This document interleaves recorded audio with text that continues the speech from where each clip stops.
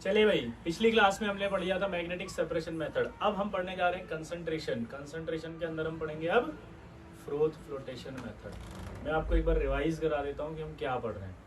हमने कहा था कि मेटलर्जी क्या होती है, एक्सट्रैक्शन ऑफ मेटल, ठीक है, extraction of pure metal from its ore, यानी कि जो इट्स इसकी जो ओर है उससे जो एक्सट्रैक्शन होगा। क्लियर, समझ रहे बात को। प्योर मेटल का एक्सट्रैक्शन था हमारा, वो कहलाया था मेटलर्जी। और मेटलर्जी तीन टाइप की हमने पढ़ी थी, एक थी इलेक्ट्रोमेटलर्जी, एक थी पायरोमेटलर्जी और एक थी आपकी हाइड्रोमेटलर्जी। फिर हमने कहा था कि जो एक्सट्रैक्शन ऑफ मेटल होता है वो डिपेंड करता है nature of metal as well as nature of impurity. और उसके कुछ प्रोसेस मैंने बताए थे। जैसे पहला था क्रशिंग, जमीन से खोद करके निकालना, छोटे छोटे टुकड़ों में बांटना और पाउडर फॉर्म बना देना, दैट इज कॉल्ड क्रशिंग। याद आया। तो क्रशिंग के बाद हमने कहा था कि जब क्रशिंग करते हैं तो उसके अंदर आपके क्या होते हैं, स्टोन पार्टिकल, ठीक है। स्टोन पार्टिकल के साथ साथ आपके बैक्टीरिया, सैंड पार्टिकल सब मिक्स हो जाते हैं। ये सब मिक्स होने के बाद क्या बन जाते हैं, वो पाउडर फॉर्म में आ जाते हैं। और ये जो है कलेक्टिवली कहलाते थे फिर आपके गैंग और मैट्रिक्स। और इन गैंग और मैट्रिक्स को हटाने के लिए हमने क्या कहा था, सेकंड स्टेप था जिसका नाम था कंसंट्रेशन। कंसंट्रेशन जो होती है वो आपके दो पार्ट में थी, यानी कि एक फिजिकल कंसंट्रेशन थी और एक केमिकल कंसंट्रेशन थी। फिजिकल कंसंट्रेशन के अंदर अगर हम बात करें तो फिजिकल कंसंट्रेशन तीन टाइप से थी, एक ग्रेविटी सेपरेशन मेथड, एक आपके सेकंड नंबर की थी, बोलो, सेकंड नंबर की थी ग्रेविटी के बाद मैग्नेटिक सेपरेशन मेथड, और थर्ड जो कंसंट्रेशन थी उसका नाम था फ्रोथ फ्लोटेशन मेथड। तो आज हम फ्रोथ फ्लोटेशन मेथड की बात कर रहे हैं। तो हम क्या पढ़ने जा रहे हैं, froth flotation method.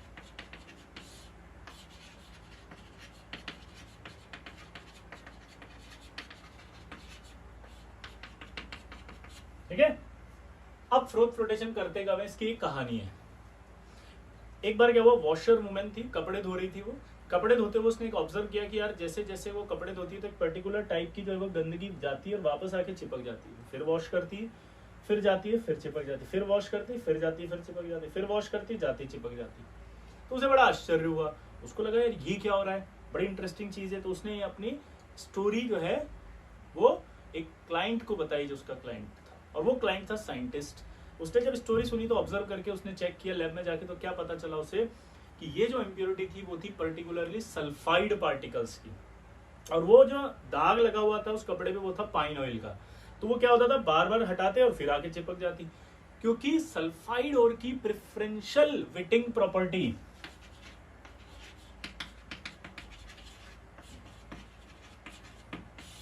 Preferential wetting property पाई जाती है। प्रेफरेंशियल विटिंग प्रॉपर्टी का मतलब होता है चिपकने की प्रॉपर्टी, ठीक है। इस प्रॉपर्टी का यूज किया जाता है फ्रोथ फ्लोटेशन करने के लिए। यानी कि फ्रोथ फ्लोटेशन में हम उन का करते हैं फ्रोथ फ्लोटेशन जो सल्फाइड ओर होंगे उनका। और वो सल्फाइड ओर का इसलिए करते हैं क्योंकि सल्फाइड ओर की प्रेफरेंशियल विटिंग प्रॉपर्टी होगी विद पाइन ऑयल, और जो हमारा इंप्योरिटी होगी उसकी प्रेफरेंशियल विटिंग प्रॉपर्टी होगी विद वाटर। क्लियर,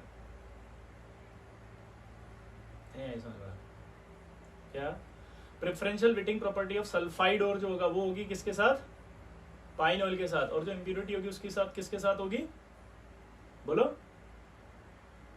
वो किसके साथ होगी, पानी के साथ। ठीक है। अब तो फ्रोथ फ्लोटेशन का कॉन्सेप्ट क्लियर आ गया। अब देखो आगे बढ़ते हैं।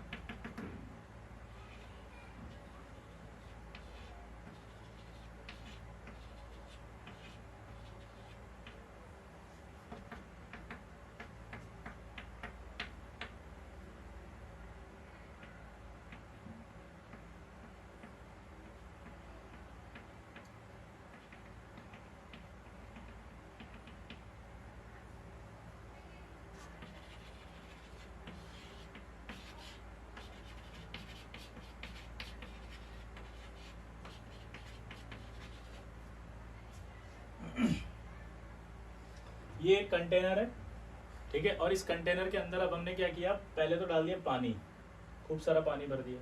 पानी भरने के बाद हमने उसमें डाल दिया पाइन ऑयल। पाइन ऑयल डालने के बाद हमने उसमें डाल दिया सोडियम इथाइल जिंथेट। ये सोडियम इथाइल जिंथेट क्या होता है भी बताएंगे, है ना। फिर डाल दिया जो मेटेलिक और हमारा सल्फाइड, और वो डाल दिया। सबसे पहला डायग्राम मैंने बनाया, वो बनाया आपका पाइन ऑयल कैसे रहेगा इस पानी में। अब जब आपको पता है यार ऑयल जो होते हैं, तो ऑयल की एक कंडीशन होती है, बताओ क्या, ऑयल की डेंसिटी कम होती है। डेंसिटी अगर कम होगी तो उस कंडीशन में क्या होगा, वो तो ऊपर ही रहेगा पानी के, उसकी डेंसिटी क्या होगी, कम। तो अगर डेंसिटी कम होगी तो क्या रहेगा, वो पानी के ऊपर। तो ये पानी के ऊपर ही आ गया, ये पानी के ऊपर आ गया। पानी के ऊपर आने के बाद क्या होगा, रहेगा कैसे वो मैं बता रहा था कि ये होता है आपका पाइन ऑयल। क्या होता है ये, पाइन ऑयल। तो ये अगर आपका पाइन ऑयल है तो आप सोच सकते हो कि जो पाइन ऑयल है इसके अंदर एक लॉन्ग हाइड्रोकार्बन चेन होती है। ये क्या होती है, ये लॉन्ग हाइड्रोकार्बन चेन। तो ये जो हाइड्रोकार्बन चेन है, ये हाइड्रोकार्बन चेन होती है नॉन पोलर एंड, क्योंकि सी बॉन्ड है। और ये आपका होता है पोलर। पोलर बॉन्ड क्यों होता है, क्योंकि उसके अंदर कुछ ऐसे कंपोनेंट होंगे, जैसे OH बॉन्ड हो गया, कोई और कंपाउंड हो गया, तो उस सारे जो इस तरह के ग्रुप है उनको हमने पोलर बोल दिया और एक सर्कल से बना दिया। और जो हाइड्रोकार्बन चेन होगी उसको हमने सी से बना दिया। तो सी क्या हो गया, नॉन पोलर, और ये वाला जो हो गया वो पोलर। पॉइंट को समझे आप, ये रिप्रेजेंटेशन है, फॉर्मूला नहीं है, ये रिप्रेजेंटेशन है, स्ट्रक्चर नहीं है। स्ट्रक्चर तो बहुत अलग होती है ऑयल की, पहले ही बता रहा हूँ। ये तो एक प्रेजेंट किया हुआ है, सिंपल, फिर से बोल रहा हूँ, डाउट मत लाना। ये सिर्फ क्या किया गया है, प्रेजेंट करने का तरीका है कि नॉन पोलर एंड जो भी होंगे उसको ऐसे बता दो, पोलर एंड को एक गोले से बता दो। तो जो पोलर होगा वो पानी के अंदर होगा, और जो नॉन पोलर होगा वो पानी के ऊपर होगा। क्या बोला जल्दी बताओ, जो पोलर होगा वो पार्ट पानी के अंदर होगा, और जो नॉन पोलर होगा वो पानी के ऊपर होगा।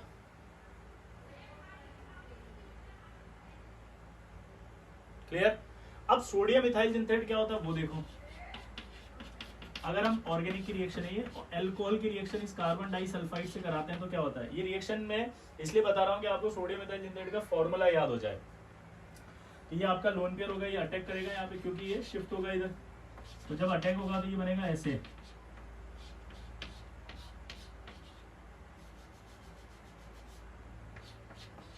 ये यहाँ नेगेटिव आएगा, ये शिफ्ट हुआ तो यहाँ पॉजिटिव था, अटैक किया, कोऑर्डिनेट बॉन्ड हटेगा तो यहाँ पॉजिटिव आ जाएगा, यहाँ पर नेगेटिव था इसे न्यूट्रल हो गया। ओ पर प्लस आएगा तो यहाँ से O प्लस बाहर निकलेगा, ये O प्लस है तो H प्लस बाहर निकलेगा, ये H प्लस अटैक करेगा यहाँ पे। तो जब ये अटैक करेगा तो ये O आएगा, फिर C आएगा, फिर डबल बॉन्ड आएगा, फिर S आएगा या माइनस आएगा, और H प्लस आ जाएगा। अब इसकी रिएक्शन NOH से कराएंगे। जब इसकी रिएक्शन NOH से कराओगे तो Na प्लस H प्लस और OH माइनस हट जाएगा और यहाँ Na प्लस जुड़ जाएगा। तो देखो आप फॉर्मूला क्या बनेगा, ROC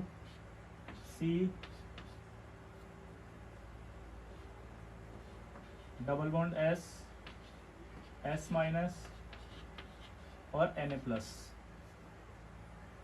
ठीक है, तो ये R हो गया, ये O हो गया, ये C हो गया, ये S माइनस हो गया, ये Na प्लस हो गया, ये डबल बॉन्ड। यहाँ पर अगर हम देखें तो ये सोडियम हो गया, यहाँ पर आप देखेंगे तो ये आपका क्या हो गया,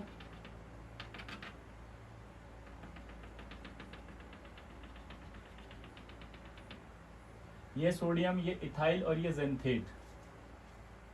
क्या बोला बताओ, ये सोडियम, ये इथाइल और ये जेंथेट।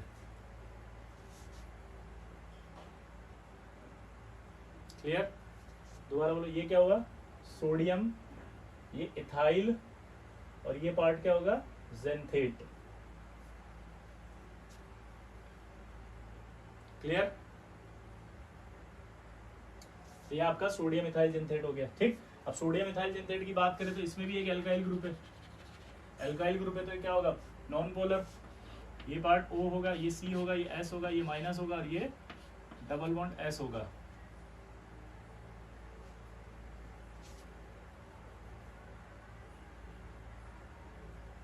यहां पर ये आपका पार्ट होगा नॉन पोलर,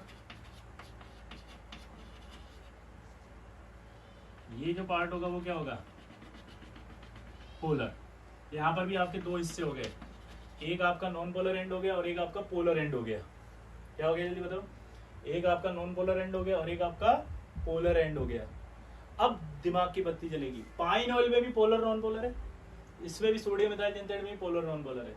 पाइन ऑयल ऊपर रहता है लेकिन सोडियम मिथाइल जिंथेट नीचे डूबा रहता है, क्योंकि पाइन ऑयल की डेंसिटी कम होती है, सोडियम मिथाइल जिंथेट की डेंसिटी ज्यादा होती है। समझिए, सोडियम मिथाइल जिंथेट की डेंसिटी ज्यादा होगी तो नीचे गिरा हुआ रहेगा, और पाइन ऑयल की डेंसिटी कम होगी तो वो ऊपर रहेगा।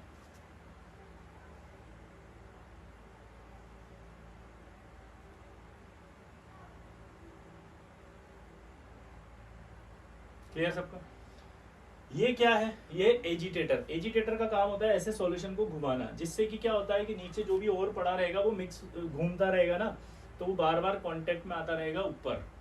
मतलब आप जैसे समझ लो शक्कर को डालते हैं पानी के अंदर, फिर चम्मच से हिलाते तो शक्कर ऊपर नीचे ऐसे ऐसे आती है और फिर डिजोल्व हो जाती है। यहाँ डिजोल्व तो होगा नहीं लेकिन ऊपर नीचे आता रहेगा, मतलब सारा सॉल्यूशन रिएक्शन में पार्टिसिपेट करता रहे, मतलब मेटेलिक और जो है वो पूरा रिएक्शन में पार्टिसिपेट कर ले, इसलिए हमने ये एजिटेटर डाला है। यहाँ से कंप्रेस्ड एयर जाती है। कंप्रेस्ड एयर जब भेजेंगे, जैसे प्रेशर के साथ एयर भेज रहे हो तो एयर बबल आएंगे यहाँ से। अब क्या क्या हो क्या रहा है वो समझना, ये आपका सबसे इंपॉर्टेंट पार्ट हो गया, ठीक है।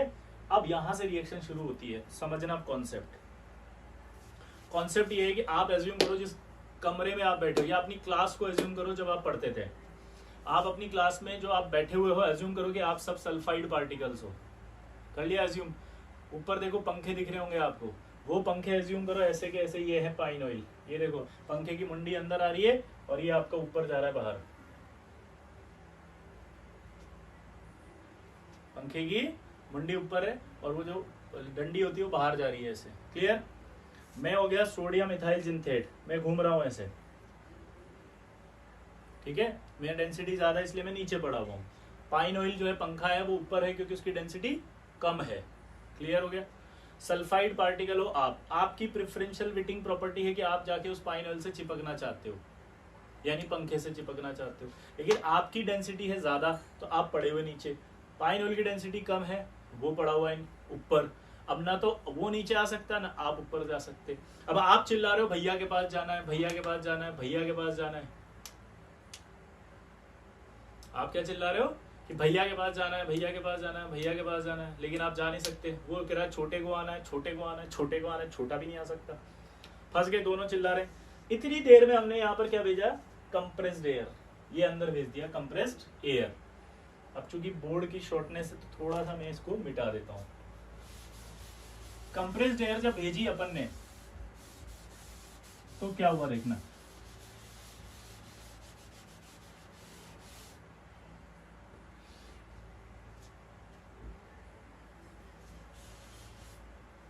कंप्रेस्ड एयर भेजती अंदर क्या आएगा? एक एयर बबल। ये एयर बबल को मैंने थोड़ा लार्ज कर दिया। एयर बबल आते ही ये जो नॉन पोलर एंड होते हैं उनकी इच्छा होती है एयर में रहने की, तो एयर बबल आते ही ये नॉन पोलर एंड इसके अंदर आ जाएंगे। ये पानी के अंदर है सारा,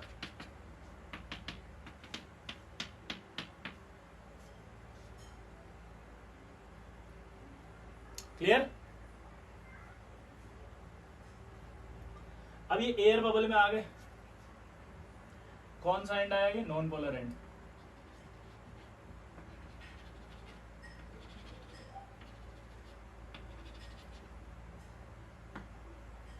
ठीक, और यहां आपका ये आया polar and, O C S minus double bond, ये पूरा का पूरा पोलर एंड। ठीक है, ये सब ऐसे कैसे ही एक एक गोले से बता देता हूं। इसको मैंने पूरा बना दिया इन लार्ज फॉर्म। ये सिचुएशन आई नहीं है। जैसे ही आपने अंदर एयर बबल भेजा तो एयर बबल भेजते ही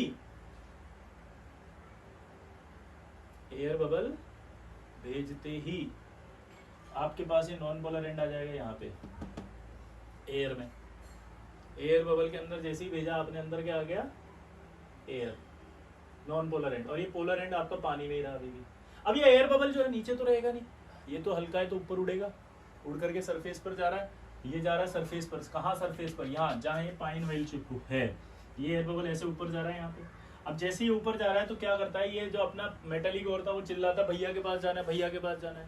मतलब मेरे को एज्यूम करो मैं सोडियम मिथाइल जिंथेट हूँ और मुझे यहाँ पर एक लिफ्ट है, उस लिफ्ट के अंदर मैं खड़ा हो गया और वो लिफ्ट मुझे ऊपर ले जा रही है ऐसे। अब आपने क्या चिल्लाया कि सर मुझे भी लेके चलो, सर मुझे भी लेके चलो, सर अकेले नहीं। तो मैंने क्या करा, आपका हाथ पकड़ लिया ऐसे, लिफ्ट खुली हुई है ऐसे, है ना, तो आप लटक गए, ऊपर गए। अब आपकी इच्छा जो है वो तो आपकी चिपकने की पाइन ऑयल से, तो आप तो चिपक गए, लिफ्ट टूट गई और मैं धड़ाम से नीचे। मतलब समझे, ये जो एयर बबल हुआ, ये एयर बबल ऊपर जा रहा था, ऊपर जाते जाते चिल्ला रहे हो आप कि सर मुझे भी लेके चलो, मुझे भी लेके चलो। तो ये जो पोलर वो है ना, इस पोलर पार्ट पे ये आपका सल्फर एडजॉर्ब हो जाता है।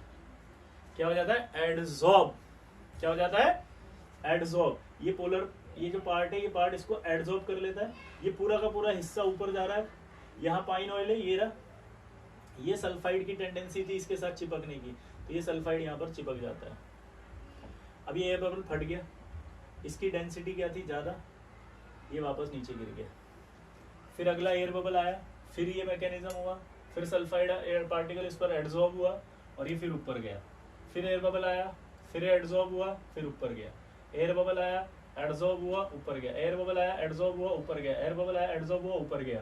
तो धीरे धीरे सारे सल्फाइड पार्टिकल ऊपर चले जाते हैं और सोडियम मिथाइल जिंथेट ऐसा का ऐसा ही अनरिएक्टेड पड़ा रहता है। ठीक है, अब सवाल क्या क्या बनते हैं इसके अंदर ये समझना। पहला सवाल, कॉन्सेप्ट क्या है, तो कॉन्सेप्ट एक था कि sulphide ore have preferential wetting property with pine oil, कि सल्फाइड और की प्रेफरेंशियल विटिंग प्रॉपर्टी होती है विद पाइन ऑयल, तो पाइन ऑयल से चिपकना चाहते हैं, पहला। दूसरा, कौन सा फिनोमिना इन्वॉल्व है जब ये सल्फाइड वहां चिपक रहे थे, तो कौन सा फिनोमिना इन्वॉल्व है, तो आंसर जाएगा एडजॉर्प्शन। कौन सा फिनोमिना इन्वॉल्व है, एडजॉर्प्शन। कौन सा, एडजॉर्प्शन। दो सवाल हो गए। तीसरा सवाल, ये आपका क्या कर रहा है, इसको अपने ऊपर कलेक्ट कर रहा है, इसलिए sodium ethyl xanthate acts as a collector. Sodium ethyl xanthate acts as a collector. दोबारा बोलो, sodium ethyl xanthate as a collector. ठीक है, अब ये जो पाइन ऑयल है ये ऊपर होता है, पाइन ऑयल फ्रोथिंग एजेंट की तरह बिहेव करता है। फ्रोथिंग एजेंट मतलब सल्फाइड जब वहां जाते हैं तो झाग बनने लग जाते हैं बहुत सारे, इसलिए पाइन ऑयल को क्या कहते हैं, फ्रोथिंग एजेंट, क्योंकि जब वो चिपकेगा तो वह ऑयल होगा और जब सल्फाइड चिपकेगा तो झाग ही झाग आएंगे, तो इसने फ्रोथिंग एजेंट की तरह बिहेव किया है। ये 4 सवाल आपसे पूछेंगे। 5वां सवाल है कि ये जो एयर बबल होता है ये ऊपर जाएगा तो ये रास्ते में ना फट जाए, ये रास्ते में फट जाएगा, जैसे यहाँ जाएगा तो यहाँ फट गया, तो ये फटे नहीं, ऊपर तक जाए, इसलिए हम फ्रोथ स्टेबलाइजर डालते हैं इसको स्टेबलाइज करने के लिए, फ्रोथ स्टेबलाइजर। तो जो फ्रोथ स्टेबलाइजर है वो फ्रोथ स्टेबलाइजर होता है एनिलीन एंड क्रिसॉल। क्या होता है, एनिलीन एंड क्रिसॉल। क्या होता है जल्दी बताओ, एनिलीन एंड क्रिसॉल। क्या होता है जल्दी बताओ, एनिलीन और क्रिसॉल।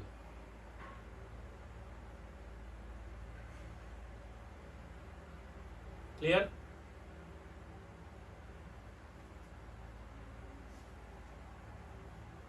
एनिलीन और क्रिसॉल, सिंपल है।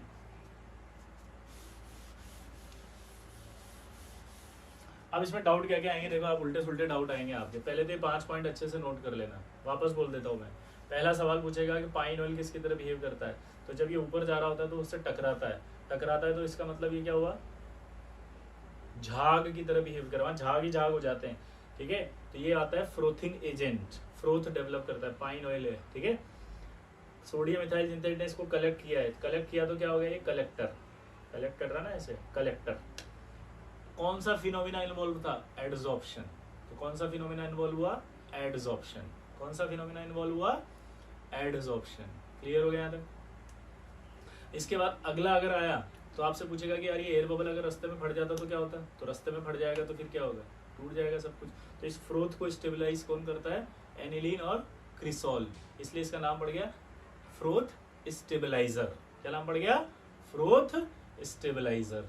ठीक है, अगला मैंने क्या बोला कि ये जो मैकेनिज्म हो रहा है, अब इसमें डाउट आपको क्या क्या आएंगे, वो डाउट आएगा पहला, सर ये फ्रोथ स्टेबलाइज कैसे करता है। तो देखो यहाँ पर आपको जब एक्सप्लेन करने की बारी आएगी तो यहाँ एक छोटा सा इशू ये आएगा कि ये जो एक्सप्लेनेशन होते हैं लाइक फ्रोथ को स्टेबल करना, तो ये डिपेंड करेगा इसकी सरफेस टेंशन पे। तो यहाँ पर पूरा मैकेनिज्म आएगा सरफेस टेंशन एनर्जी जो होती है उस पर। वो एनर्जी अगर ज़्यादा है तो स्टेबलाइज हो जाता है, नहीं है तो नहीं होता। तो ये मैकेनिज्म आपको पॉसिबल है नहीं बोलना, इसलिए इस तरह के डाउट्स पर कंट्रोल करना पड़ेगा आपको। ये कैसे स्टेबल हुआ, एनिलीन ने कैसे इसको स्टेबल कर दिया, ये कैसे एब्जॉर्ब हुआ, ये कैसे ऊपर गया, वो झाग कैसे बन गए, वो झाग कैसे हैं, पाइन ऑयल में झाग कैसे आ गया, ये सब सरफेस टेंशन है। सरफेस टेंशन होगा, वो कम हो गया, ज़्यादा हो गया तो फट जाएगा, ऐसे मतलब बहुत डिटेल मैकेनिज्म आएगा, फिर वो आपके पॉसिबल नहीं है। जैसे वही मैकेनिज्म की एक और आती है कि आप यहाँ पर इस फ्रोथ को ऊपर ले जाते हो ना, bye adjusting oil water proportion. यह एक लाइन और आएगी कि आप जो है वो फ्रोथ फ्लोटेशन कर सकते हो, कैसे? बाय एडजस्टिंग वाटर ऑयल बोलो प्रपोर्शन। तो वहां पर अभी मैं आगे बताऊंगा इसको, क्लियर? तो ये जो चीजें होती है सब सरफेस टेंशन पर है, तो इसमें आप दिमाग नहीं लगाएं। अगर आप लगाएंगे तो आपको कोई आंसर नहीं मिलेगा और आप फंस जाएंगे। 4 बातें इंपॉर्टेंट बोली मैंने, वही आपके स्टैंडर्ड हैं, वही आपके एग्जाम में आती हैं सीधे सीधे कि भैया पहला फ्रोथ फ्लोटेशन किस बात पर डिपेंड करता है, तो बोला सल्फाइड ओर की प्रेफरेंशियल वेटिंग प्रॉपर्टी होती है विद पाइन ऑयल से, उस पर डिपेंड करता है। दूसरा, पाइन ऑयल जो होता है वो किसकी तरह बिहेव करता है, तो आप क्या बोलोगे? फ्रोथिंग एजेंट की तरह बिहेव करता है। तीसरा क्या बोल रहा है, बोलो? इस फ्रोथ को स्टेबलाइज कौन करता है? आंसर है, इस फ्रोथ को स्टेबलाइज करता है कौन? इस फ्रोथ को स्टेबलाइज कौन करता है? Aniline cresol. सोडियम इथाइल जिंथेट क्या होता है? कलेक्टर। क्लियर? तो ये सारी बातें आपको इंपॉर्टेंट है, ध्यान रखनी है, ये फिक्स कर लेना। अब एनसीईआरटी में एक लाइन लिखी है कि जो कलेक्टर होते हैं वो pine oil, xanthates and fatty acids होते हैं। ये पॉइंट आपको मेंस के लिए ही याद रखना है, क्योंकि कलेक्टर एक्चुअली में तो होता है कौन? पाइन ऑयल, नहीं सॉरी, सोडियम इथाइल जेंथेट। एनसीईआरटी ने क्या लिखा है कलेक्टर को? पाइन ऑयल, जेंथेट और फैटी एसिड, यानी उसने पाइन ऑयल को भी कलेक्टर बोला है। तो नोट करके आप नोट्स में लिखेंगे, according to NCERT collector pine oil, xanthate and fatty acids. क्या लिखेंगे आप? Pine oil, xanthate and fatty acids.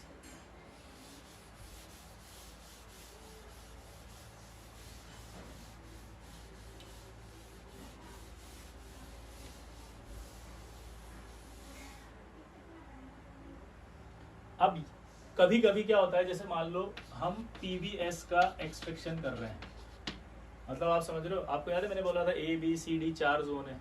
अब ए वाले जोन में आपने प्लांट किसका लगा रखा? लेड का। वहां से लेड सल्फाइड निकाल के आप बड़े खुश हो रहे हो। अब लेड सल्फाइड निकाल के खुश हो रहे हो, लेकिन उस लेड सल्फाइड के साथ आपको क्या मिल रहा है वहां पे? ZNS। क्या मिल रहा है? ZNS। अब वहां पर आपको अगर ZNS मिल रहा है तो ये तो इसके अंदर इंप्योरिटी होगी।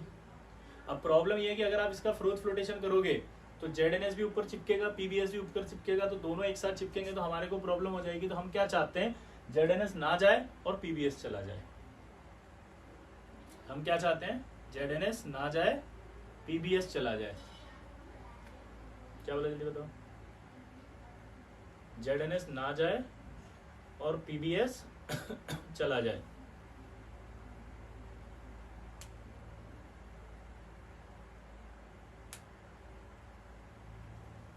क्लियर हो गया यहाँ तक?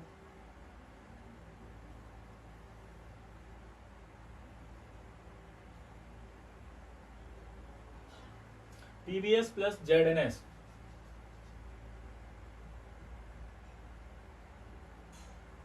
अब यहां पर आप इनको अलग करना है तो इसके लिए हम क्या डालते हैं अंदर? NaCN aqueous solution, cyanide solution डालते हैं। क्या डालते हैं? Cyanide solution. अब ये क्या करता है देखना जरा, ये क्या करता है कि जो PBS है वो तो उड़ जाता है और ये जो ZNS है ये ZNS बचता है और ये इसके ऊपर एक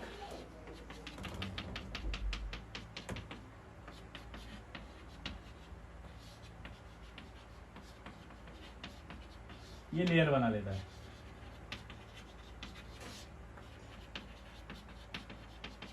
ठीक है, ध्यान से सुनना वापस। हमने क्या करा? सोडियम साइनाइड को कुछ ही डाला, ज्यादा नहीं डाला। सोडियम साइनाइड को हमने कुछ डाला, सोडियम साइनाइड को कुछ डाला अगर हमने, तो जैसे ही सोडियम साइनाइड डाला तो यहाँ पर PBS और ZNS था, लेकिन जिंक जो है डी ब्लॉक है उसकी कॉम्प्लेक्स फॉर्मेशन टेंडेंसी ज्यादा है, इसलिए जिंक पहले रिएक्ट करेगा। अब हमने कुछ ही डाला था, तो ये जो सॉलिड है सिर्फ इसकी सरफेस पे रिएक्ट करेगा।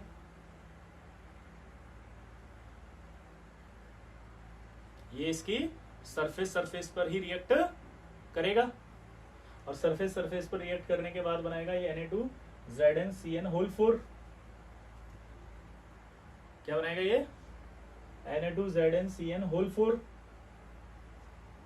ये सॉल्युबल होता है पानी में।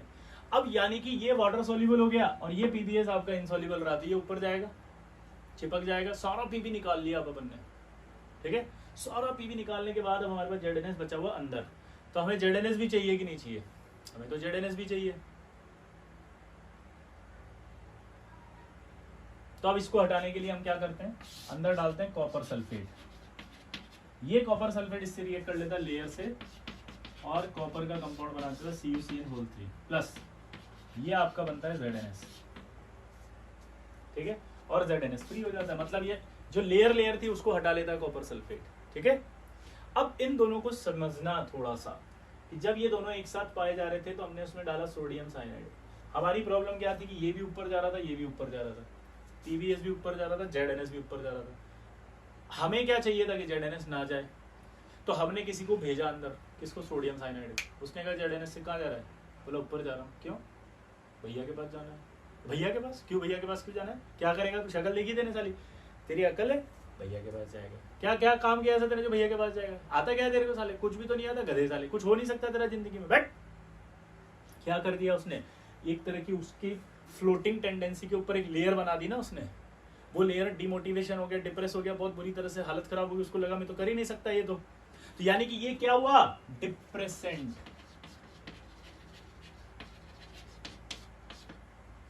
क्या हुआ ये? डिप्रेसेंट। अब ये डिप्रेसेंट है तो ये पड़ा हुआ है चुपचाप पानी के अंदर। ये आपका पीबीएस ऊपर चिपक गया। हमने पीबीएस सारा निकाल लिया। अब सारा निकालने के बाद हमने क्या दिमाग लगाया कि ZnS भी है, इसको भी बुलाओ। तो किसी ने बोला वो तो डिप्रेस होके पड़ा हुआ है, वो नहीं है कुछ भी कर सकता। तो हमने फिर एक रिएजेंट डाला कि जा उसको बुला के ला। वो गया इसके पास, बोला क्या प्रॉब्लम है?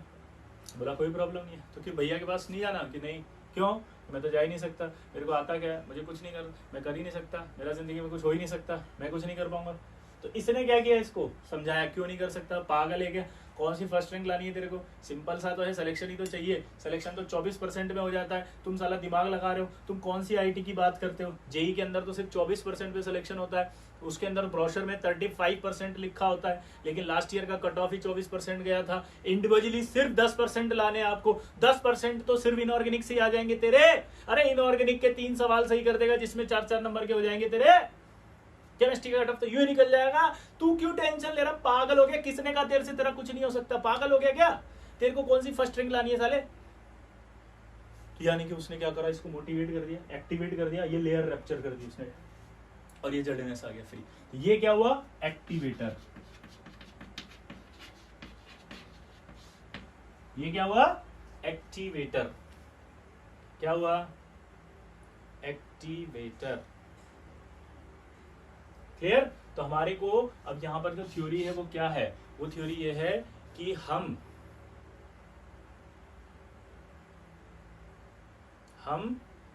अगर 2 या 2 से ज्यादा सल्फाइड और साइमल्टेनियसली पाए जा रहे हों, 2 या 2 से ज्यादा सल्फाइड और साइमल्टेनियसली पाए जा रहे हों, तो हम 2 या 2 से ज्यादा और साइमल्टेनियसली पाए जा रहे हों, तो हम उन्हें अलग कर सकते हैं by using depressant and activator. तो हम उन्हें अलग कर सकते हैं डिप्रेसेंट एंड एक्टिवेटर। हम कैसे अलग कर सकते हैं उन्हें? By using depressant and activator. एक और तरीका होता है bye adjusting oil water proportion. वही वाला मैकेनिज्म आएगा, जब ऑयल वाटर प्रोपोर्शन आप चेंज करोगे तो इनकी फ्लोटिंग टेंडेंसी बदल जाएगी सरफेस टेंशन की वजह से। तो यहाँ एक लाइन लिखोगे आप कि भाई by using activator and depressant. दूसरा क्या लिखोगे? Bye adjusting oil water proportion. ठीक? तो ये दो अलग अलग कर सकते। अब मान लो अगर एक सल्फाइड और है, ये आपका मेटल सल्फाइड है,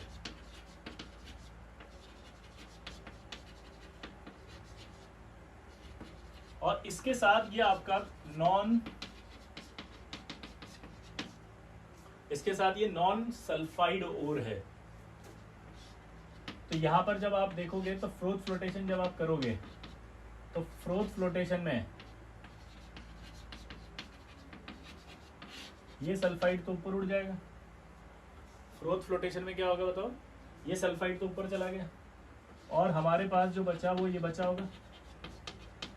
अब यहाँ इंटरेस्टिंग बात है, डिप्रेसेंट तो डालने की जरूरत ही नहीं है, ये तो ऑलरेडी डिप्रेस है क्योंकि ये सल्फाइड है ही नहीं, ये ऊपर जा ही नहीं सकता, तो ये तो ऑलरेडी डिप्रेस है, ये तो जाएगा ही नहीं, तो ये निकल गया। लेकिन अब प्रॉब्लम ये है कि जब पूरा सल्फाइड ऊपर आ जाएगा तो हम दिमाग लगाएंगे नहीं लगाएंगे कि यार इसको भी तो निकाल लो, ये भी तो फायदा देगा, कुछ थोड़ा सा ही देगा पर देगा। तो उसके लिए फिर हमें क्या करना पड़ेगा, हमें एक्टिवेटर डालना पड़ेगा, क्योंकि एक्टिवेटर ही जाके उसको समझाता है कि तू जा सकता है, तू चल। तो यहाँ एक्टिवेटर होता है Na2S। ये Na2S एक्टिवेटर जो है वो इसके पास जाएगा और ये सल्फाइड सिर्फ सरफेस पर सल्फाइड बना लेगा।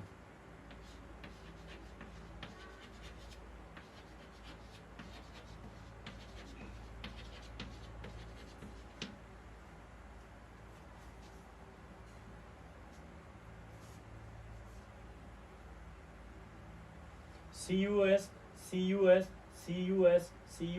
सल्फाइड बन गया सरफेस पे, तो ये सरफेस चिपक जाएगी ऊपर जाके। क्लियर, ये ऊपर जाके चिपक गया, आया ना? क्लियर, तो ये ऊपर जाके जो चिपक गया उससे आपका अलग हो गया। इसी तरह से एक और होता है सेम,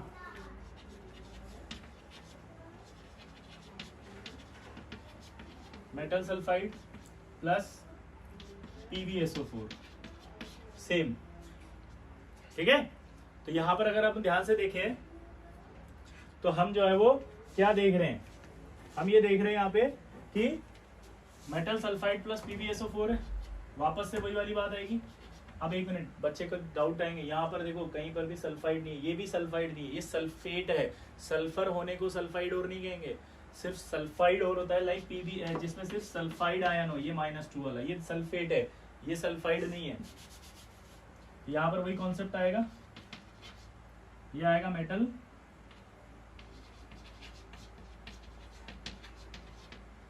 सल्फाइड,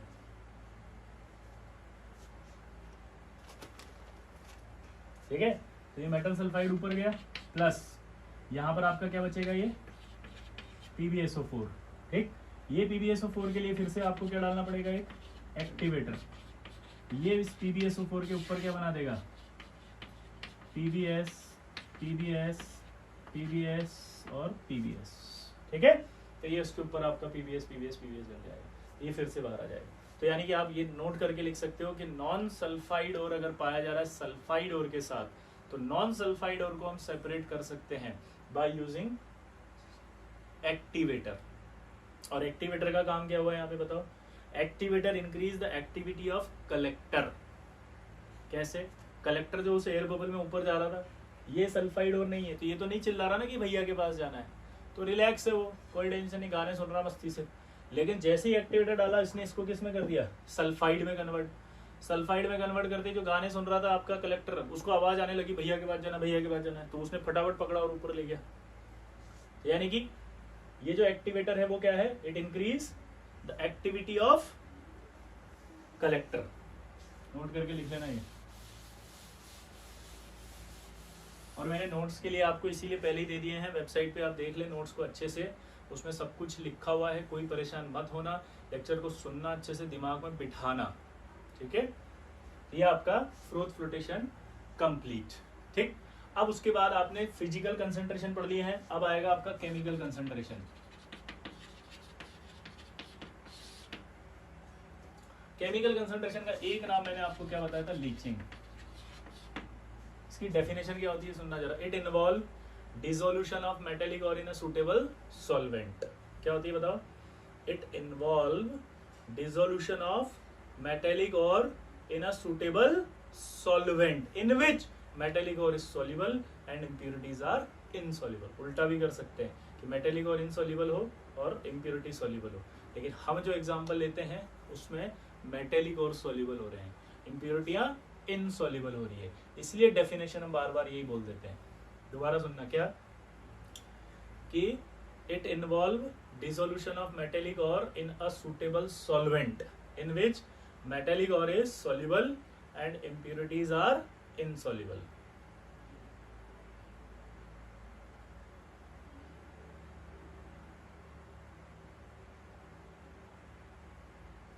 क्लियर? जैसे इसको बहुत देसी तरीके से समझते हैं, चाय की पत्ती है, उसको आपने पानी में डाला, चाय की पत्ती को पानी में डालने पर उबाला, तो चाय की पत्ती में जो इंग्रेडिएंट होता है वो निकल करके पूरा सॉल्युबल होकर के आ गया चाय के अंदर। फिर आपने क्या करा, इम्प्योरिटी को छान लिया, छानने के बाद जो पत्ती बची उसको फेंक दिया, तो सारा जो चाय का इंग्रेडिएंट था वो आ गया नहीं आ गया अंदर। इसी को कहते हैं लीचिंग, इसी को लीचिंग। और ये एग्जांपल हमने ऑलरेडी पढ़ा हुआ था। ये जैसे Ag2S था, ये Ag2S है, और इस Ag2S के अंदर हमने क्या डाल दिया था, याद करो, सोडियम साइनाइड एक्वस सॉल्यूशन। इस प्रोसेस का एक नाम था, साइंटिस्ट थे एक, उन्होंने बताया था मैक ऑर्थर फॉरेस्ट प्रोसेस, या इसको कहते हैं हम साइनाइड प्रोसेस। ठीक है, मैक ऑर्थर फॉरेस्ट प्रोसेस या साइनाइड प्रोसेस। Ag2S का एक्सट्रैक्शन जो करते हैं उस प्रोसेस का नाम है ये। ठीक है, लीचिंग का नाम नहीं है, Ag2S के एक्सट्रैक्शन का। तो ये पूरे प्रोसेस के अंदर ये भी पार्ट आ रहा है, इसलिए प्रोसेस का नाम है मैक आर्थर फॉरेस्ट प्रोसेस या साइनाइड प्रोसेस। यानी जो मैंने Ag2S की हाइड्रोमेटलर्जी पढ़ाई थी ना, वो हाइड्रोमेटलर्जी के साइंटिस्ट जो थे वो थे मैक आर्थर। उन्होंने बताया था कि Ag2S का हाइड्रोमेटलर्जी करके निकालेंगे तो फायदा ज्यादा होगा। तो क्या बताया था इसमें, बताओ उन्होंने, कि ये Ag जा करके रिएक्ट करता है CN से और ये कॉम्प्लेक्स बना लेता है। ठीक है, और साथ में बनता है ये Na2S, और ये जो Na2S है ये प्लस रिएक्ट करेगा किससे, O2 से। एक्वस तो अपन ने ले ही रखा है, ये Na2S इससे रिएक्ट करेगा और बनाएगा यहाँ पर Na2S4 plus NaOH plus sulphur. ठीक है, ये जो प्रोसेस था यही प्रोसेस लीचिंग है। इसके बाद हमने रिडक्शन पढ़ा था, याद हो तो, हाइड्रोमेटलर्जिक रिडक्शन, जिसमें जिंक डाला था। तो लीचिंग में क्या हुआ, मेटेलिक और लिया, सूटेबल सॉल्वेंट में डाला, मेटल इसमें सॉल्युबल हो गया, ये सॉल्युबल आ गया, इसको इसमें डाल दिया, ये सॉल्युबल हो गया। सॉल्युबल होने के बाद ये Na2S बचा, Na2S से ये O2 रिएक्ट करता है और इस Na2S को हटा देता है, और O2 से रिएक्ट करके ये Na2SO4 plus NaOH plus sulphur बना देता है। क्लियर? ये सल्फर का व्हाइट या येलो पीपीटी था, इसको फिल्टर कर लेंगे, फेंक देंगे, तो हमारा सारा का सारा इसमें जितना सिल्वर था वो सब इसमें आ तो गया। यानी कि जो चाय की पत्ती में जो इंग्रेडिएंट था वो आ गया ना इसके अंदर, और ये चाय की पत्ती फेंक दी। That is called leaching. Same ऐसे कैसे ही होती है जैसे गोल्ड। लीचिंग किस किस के लिए होती है, गोल्ड के लिए, सिल्वर के लिए एंड लो ग्रेड कॉपर के लिए। लो ग्रेड कॉपर जो होता है, कॉपर और है, बोलो, लो ग्रेड कॉपर जो होता है, अभी पढ़ेंगे क्या होता है, उसके लिए भी लीचिंग की जाती है। जैसे Au के लिए कैसे करेंगे, O2 लिया, यार एक्वा सॉल्यूशन है इसलिए पानी लिख दिया।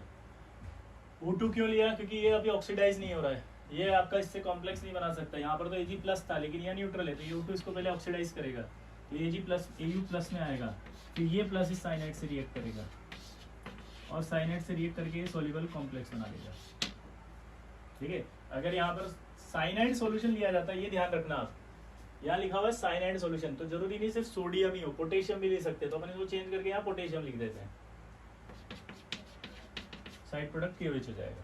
ठीक है, कैल्शियम साइनाइड होता तो कैल्शियम हाइड्रोक्साइड, सोडियम होता तो सोडियम हाइड्रोक्साइड, ये सॉल्युबल बन गया। और इसके अंदर जो सिलिशियस इंप्योरिटी यानी मिट्टी वगैरह की इंप्योरिटी वो रह जाती है किसमें, रेजिड्यू में, इसको फिल्टर कर लेंगे तो इंप्योरिटी अलग हो जाएगी। ठीक है, दैट इज कॉल्ड लीचिंग। अब जिन भी बच्चों को लीचिंग समझ में नहीं आई या ऐसा लगता है कि डाउट रह गया, तो आप अपने डाउट को होल्ड कर लें, क्योंकि ये वापस से आएंगे सारे के सारे, क्योंकि मैंने आपको बोला था कि हम पहले प्रोसेस पढ़ रहे हैं, फिर एक एक मेटल का एक्सट्रैक्शन आएगा। तो जब मैं सिल्वर मेटल का एक्सट्रैक्शन करूंगा तब शायद और क्लियरिटी आ जाएगी आपको। ठीक है, तो आप बिल्कुल परेशान मत होना। चलो अब हमने क्या पढ़ा जरा बताओ। आपने ये पढ़ा कि एक्सट्रैक्शन जो था वो क्या था, वो पहला था क्रशिंग, दूसरा था फिर आपका कंसंट्रेशन। कंसंट्रेशन हमने खत्म किया जिसमें हमने पढ़ा physical concentration, chemical concentration. Physical concentration और केमिकल कंसंट्रेशन के बाद अब हमारा आएगा कन्वर्जन ऑफ कंसंट्रेट और, यानी कंसंट्रेशन स्टेप के बाद जो ओर मिला उस ओर को हमें किस में कन्वर्ट करना है, ऑक्साइड में। और उस ऑक्साइड में कन्वर्ट करने के जो प्रोसेस थे वो कौन से थे, कैल्सिनेशन। कौन सा प्रोसेस था, कैल्सिनेशन। और दूसरा प्रोसेस कौन सा था, रोस्टिंग। पहला कौन सा था, कैल्सिनेशन, और दूसरा कौन सा था, रोस्टिंग। क्लियर। तो कैल्सिनेशन की बात कर लेते हैं। कैल्सिनेशन क्या होता है जरा सुनना है कि process of heating of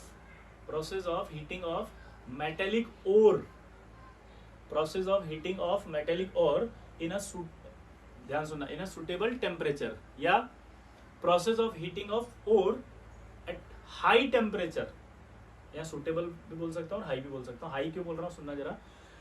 process of heating of ore at high temperature but below its melting point. Melting point से कम होना चाहिए, क्योंकि मेल्ट नहीं होना चाहिए यहाँ पे। मेल्ट अगर हो जाएगा तो हैंडल करना मुश्किल हो जाएगा। समझ रहे बात को। मेल्ट होता है अगले स्टेप में जिसका नाम है रिडक्शन।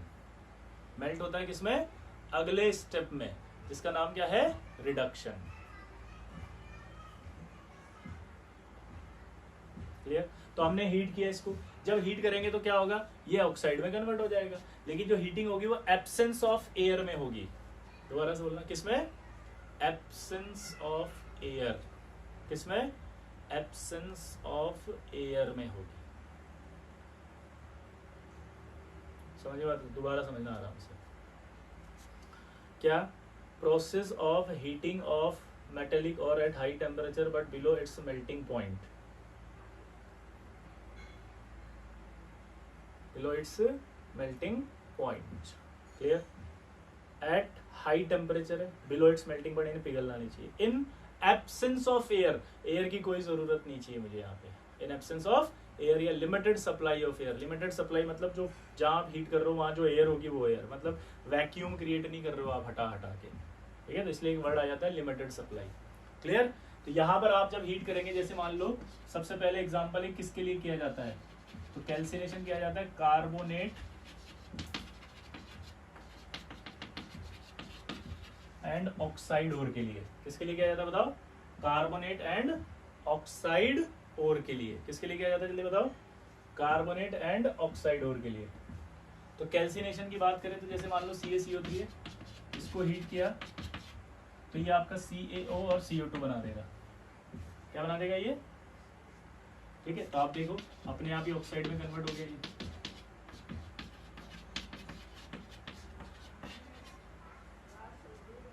ठीक है, क्लियर। कुछ भी ले लो आप, ZnCO3 ले लो तो ये ऑक्साइड में आ जाएगा। ऑक्साइड और हाइड्रेटेड ऑक्साइड और कहते हैं इसको।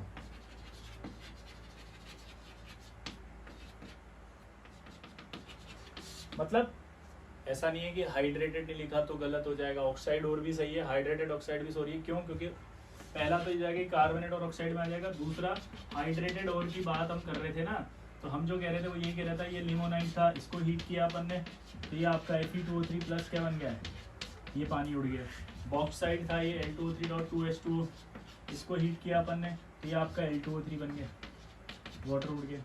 इसलिए मैंने बोला है कि कैल्सिनेशन में जो कार्बोनेट और होगा वो ऑक्साइड में आ जाएगा, और हाइड्रेटेड अगर ऑक्साइड है तो वो भी एनहाइड्रस हो जाएगा। तो यानी कि आप ऑक्साइड और बोलेंगे तब भी सही आंसर है, और हाइड्रेटेड ऑक्साइड और बोलेंगे तब भी आंसर सही है। क्लियर। तो ये आपका हो गया। अब आप जब हीट करोगे तो हीट करने पर इस ओर में से क्या होगा, कोई भी अगर वोलेटाइल पार्ट होगा तो वो भी उड़ जाएगा। ठीक है। ऑर्गेनिक मैटर जितने होते हैं वो सब वोलेटाइल होते हैं, तो जितने भी ऑर्गेनिक मैटर होंगे वो बाहर निकल जाएंगे। तो आप सोचो कि एक पार्ट पड़ा हुआ है, उसमें से कुछ कुछ चीजें निकल रही हैं ऐसे, तो वहाँ हल्के हल्के छेद हो जाएंगे। आपने केमिकल काइनेटिक्स में पढ़ा होगा कि जैसे ये सरफेस है, स्मूथ सरफेस का सरफेस एरिया कम होता है, और अगर रफ हो जाए ये तो इसका सरफेस एरिया ज्यादा होता है। स्मूथ का सरफेस एरिया, दोबारा बोलो, ये स्मूथ है उसका सरफेस एरिया कम, और अगर ये रफ होती तो इसका सरफेस एरिया ज्यादा। तो जब आपने कैल्सिनेशन किया तो वहां से कुछ पोर्शन बाहर निकलने लग गया ऑर्गेनिक मैटर का, तो वो रफ हो गई, और अगर वो रफ हो गई तो उसका सरफेस एरिया बढ़ गया, और अगर सरफेस एरिया बढ़ गया तो आपका अगला स्टेप होता है रिडक्शन, वो ईजियर हो जाता है। तो हम कैल्सिनेशन इसीलिए करते हैं कि रिडक्शन ईजियर हो जाए। कार्बोनेट ऑक्साइड में आ जाएगा, हाइड्रेटेड ऑक्साइड और होगा तो पानी उड़ जाएगा, सिर्फ ये बचेगा। ऑर्गेनिक मैटर होगा तो वो उड़ जाएंगे, वोलेटाइल इंप्योरिटी होगी तो वो उड़ जाएगा। तो आपका जब रिडक्शन होगा तो रिडक्शन का फोकस सिर्फ इस ऑक्साइड को रिड्यूस करना होगा, इसलिए हम कैल्सिनेशन कर रहे हैं। ठीक है, तो आई होप आपको यह लेक्चर समझ में आया होगा, इसको अच्छे से लर्न करिएगा। उसके बाद हम अगली बार जो पढ़ेंगे वो पढ़ेंगे रोस्टिंग, लेकिन इसको अच्छे से पढ़ना। और हाँ, होमवर्क नोट करो, आपको जो और वाली डीपीपी है वो मैंने दे दी थी, वो अच्छे से लर्न करनी थी। अगर वो लर्न कर ली है तो डीपीपी नंबर 1 सॉल्व करेंगे आप। होमवर्क नोट करो, डीपीपी नंबर 1 और वाली के अलावा, ठीक है। और वो और वाली याद करना, उसी के बाद करना उसको, ठीक है। चलिए मिलते हैं अगली बार।